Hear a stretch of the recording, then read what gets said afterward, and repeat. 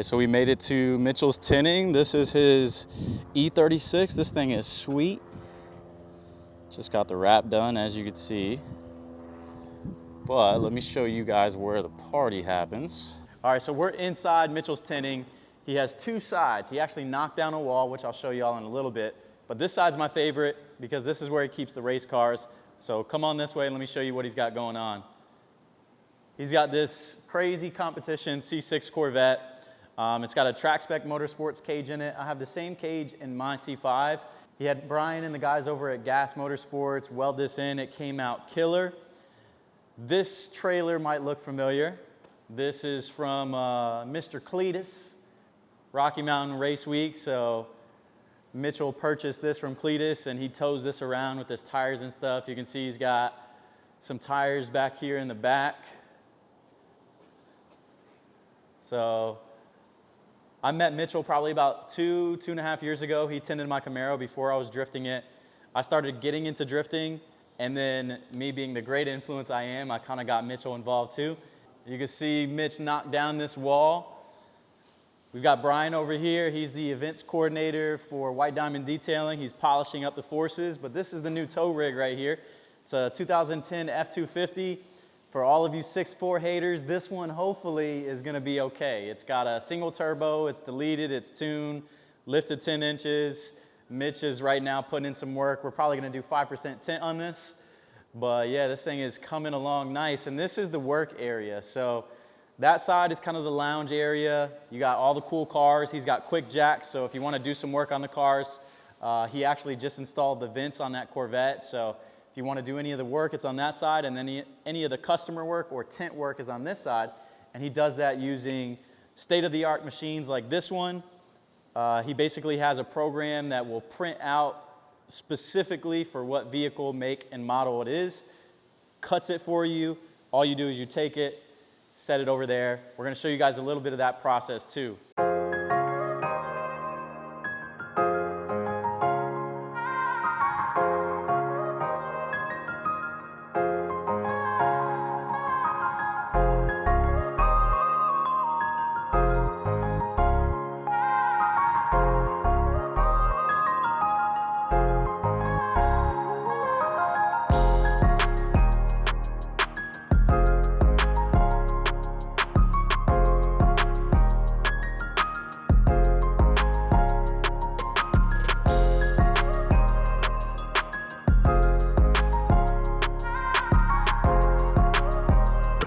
We got the rig all fixed. I changed the OSS sensor on this and it's shifting a lot better, so that's awesome. Before we hit the track, of course, we got to stop and get the Lord's chicken, boys.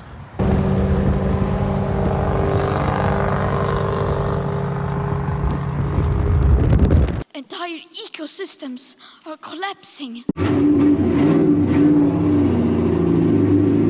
All right, we made it to Piedmont.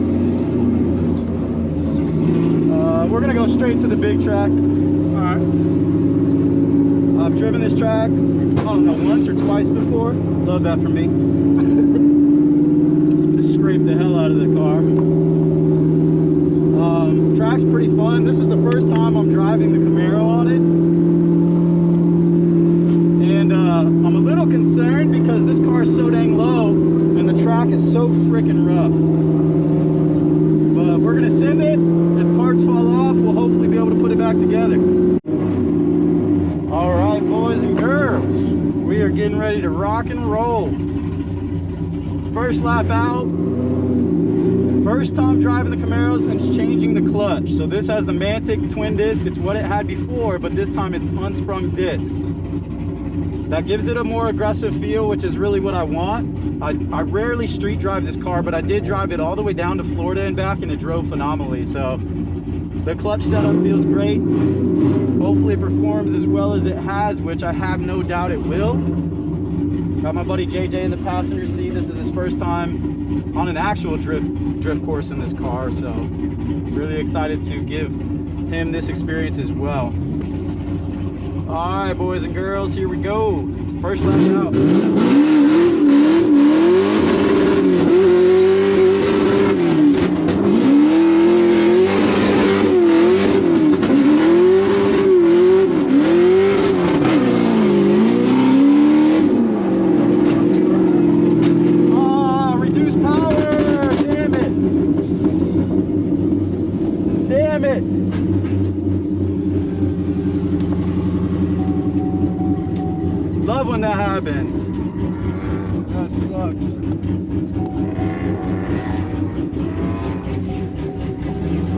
I gotta wait in line to run it back. Through check engine light. I think it's the pedal commander, honestly, because it'll do that time to time. But I should be able to scan the code, see what's going on, and we'll try it again.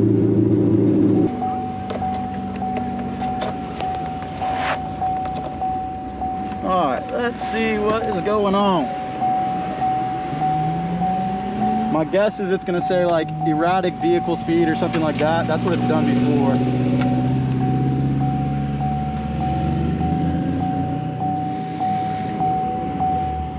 Damn, tons of codes. Really? Engine coolant temperature circuit high, no idea what that is. Throttle pedal position, that's the one I've got before. Crankshaft position sensor, that's not good. Throttle pedal position correlation. So I mean, let's clear all the codes. Reduce power on like mid-track, sadly. I'm gonna see if the crankshaft position sensor's underneath though, right? Like it's by the starter.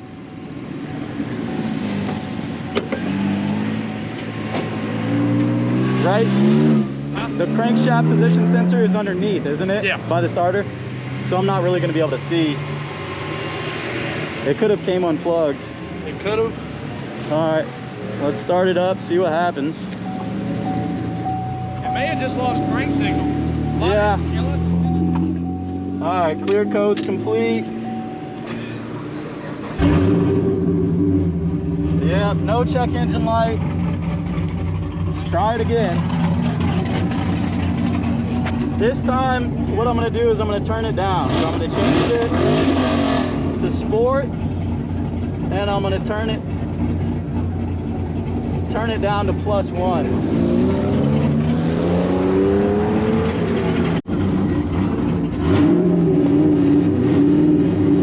All right, we're gonna run 2s with Mr. JD. Hopefully the car does not act up and kill power again.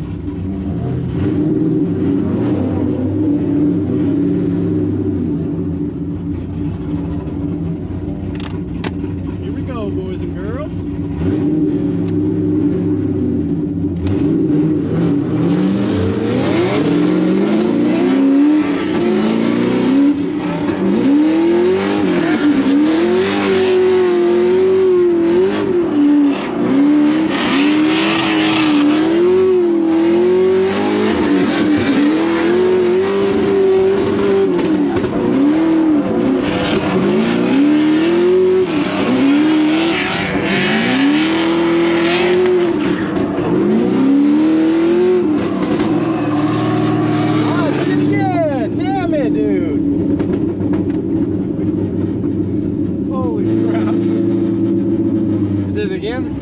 Killed power again. Shit. At least it did it further in the run this time. Tell him. Reduced engine power again. Second time. It killed power again. It's the second time it's done it. How's it going, YouTube? Zach Calvin here. We are at Piedmont. We have Mr. J Speed. We got JD. He is piloting the Corvette. So he's done 2 laps. I've not been able to do a full lap in the Camaro because I'm having issues with the pedal. Basically, is sending a code to the ECU. Spicy meatball. The pedal commander is sending a code to the ECU and putting it in limp mode. So I'm gonna unplug it, then go back out with JD and try to get on his door, even though this is my car, so I'm gonna try not to mess it up. All right, getting ready to do a lead run. The beeping you hear is service power steering, drive with care. We drive with care around here. 2 or 3, I don't know, 2 or 3, whatever they wanna do. Either 2 or 3, whatever they wanna do. Yeah, whatever. Fuck yeah.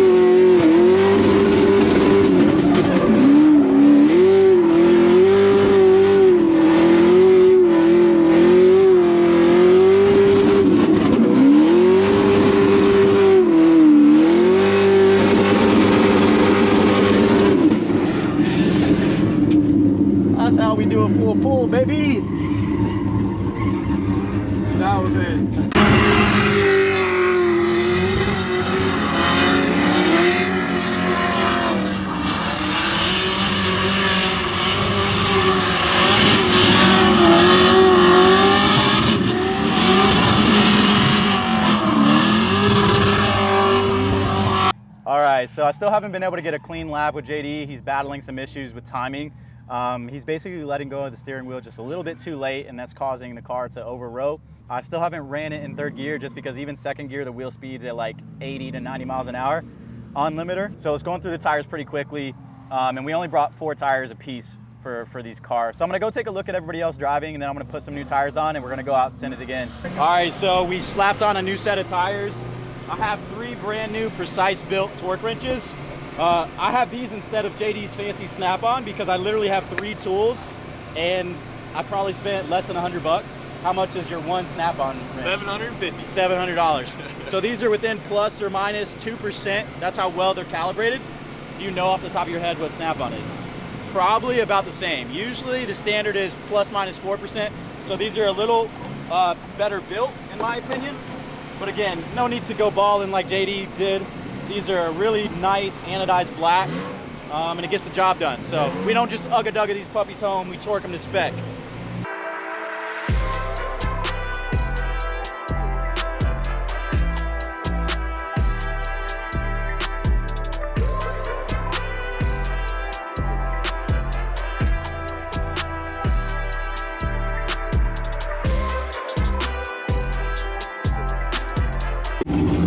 JD wants to lead one more time. One of the drivers here asked if he could follow, so I told him he could.